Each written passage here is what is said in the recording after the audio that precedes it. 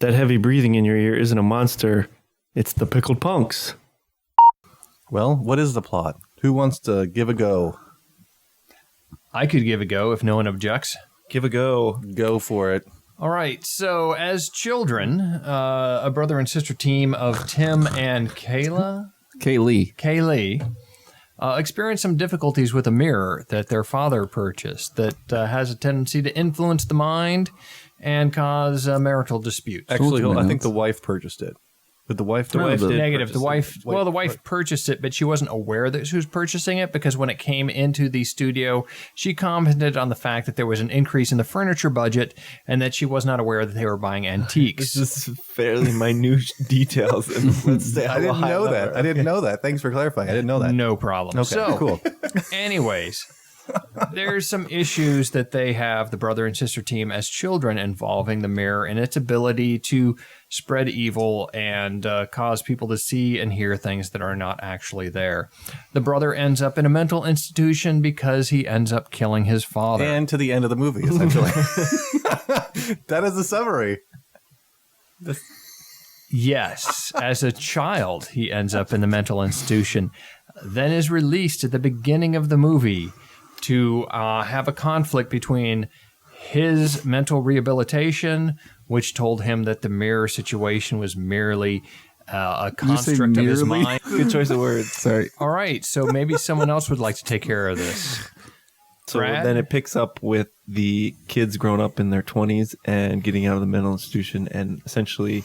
I'm sorry, how many kids were in the mental institution? Just one, just Tim. Okay. Kaylee picks him up and then they go try and, I guess, figure out what really happened.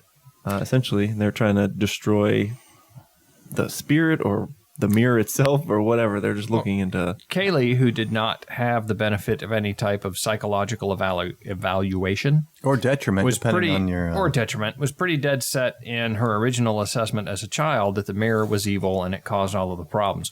Her brother Tim, however, had spent years in an institute convincing him that this was all a trick of the mind and that the mirror had nothing to do with it.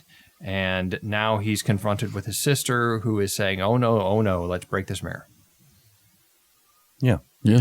It's true. Very elaborate, the setup, though. When the sister was trying to set the stage for really almost exorcising the mirror herself, which I feel that's what she was trying to do. Was exercising? She was almost doing a scientific experiment, right? She was looking to prove that her father was not an actual killer and that her brother was not a killer, that it was the mirror itself that was causing all of this. I think that was her motivation behind the documentation of everything and the discovery process rather than just taking a rock and smashing the mirror right from the beginning. I guess that's true. Her motivation was not to exorcise the mirror in the sense of remove the spirits from the mirror.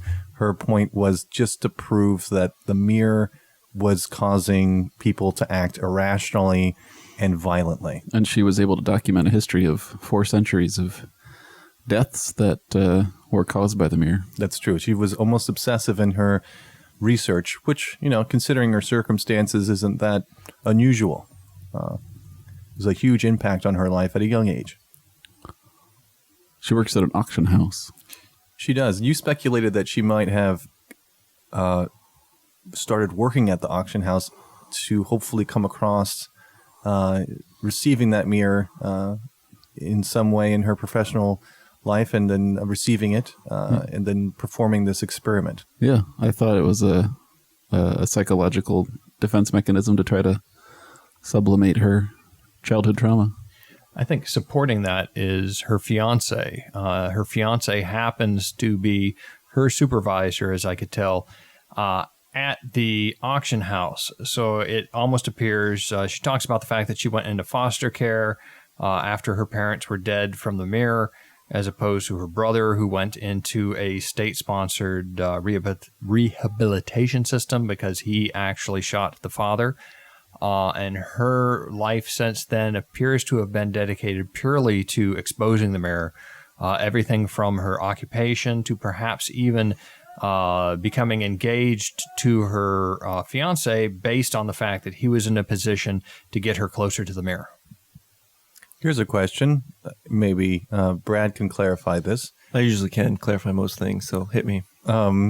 So it seems that the parents died and they auctioned off all the belongings in the house. Because how did she lose possession of the mirror to begin with?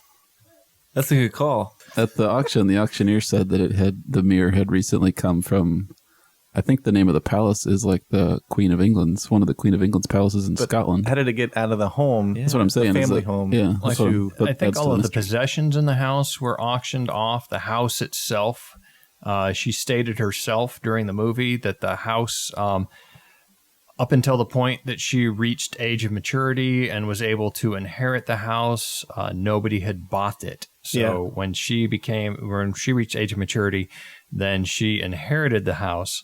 I would have to think that they had some type of an insurance program in place that took care of the payments on the house, but all of the items in it were auctioned off. Believability on that, I think, is quite low. How could a house like that stay on the market for, let's see, the kid was 10 years old, and then she was maybe 2-3 years senior to that.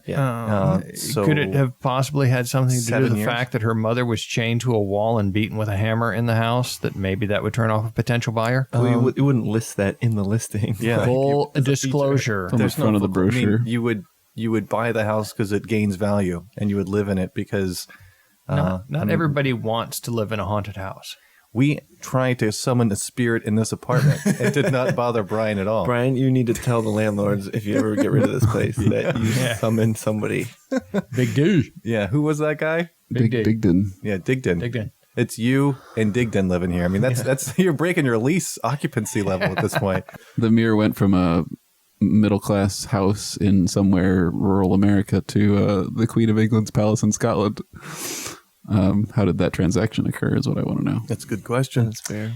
I think the bigger question is, how did the mirror ever get to the middle-class family house? Because the description of the Lassiter glass, which was so named as Lassiter, was the first person killed by the glass, That's accurate. is a pretty significant antique with a big history to it. I don't understand how the middle-class family... They gave the impression that the husband was a successful businessman and that he was venturing off to start his own company, primarily due to an extramarital affair that he had. And he was now trying to make amends by leaving the area, starting anew with his family. Maybe his buyout of the company. Did you not watch the movie? Where's this extramarital affair coming from? That's the whole reason why the wife was considering that he was having an affair when the mirror was fucking with everybody, was the fact that he had a past affair. And that's why he was no longer with the company he was previously with, and he was starting off on his own. I totally missed Part that. of starting off on his own was buying a new house, moving to a new area, and refurnishing it. For some reason, he had the means to acquire the Lassiter glass. But once they died, being a significant antique value, it must have moved on. Thank you. Pay attention to the movie next time. Glass has Will to move do. on.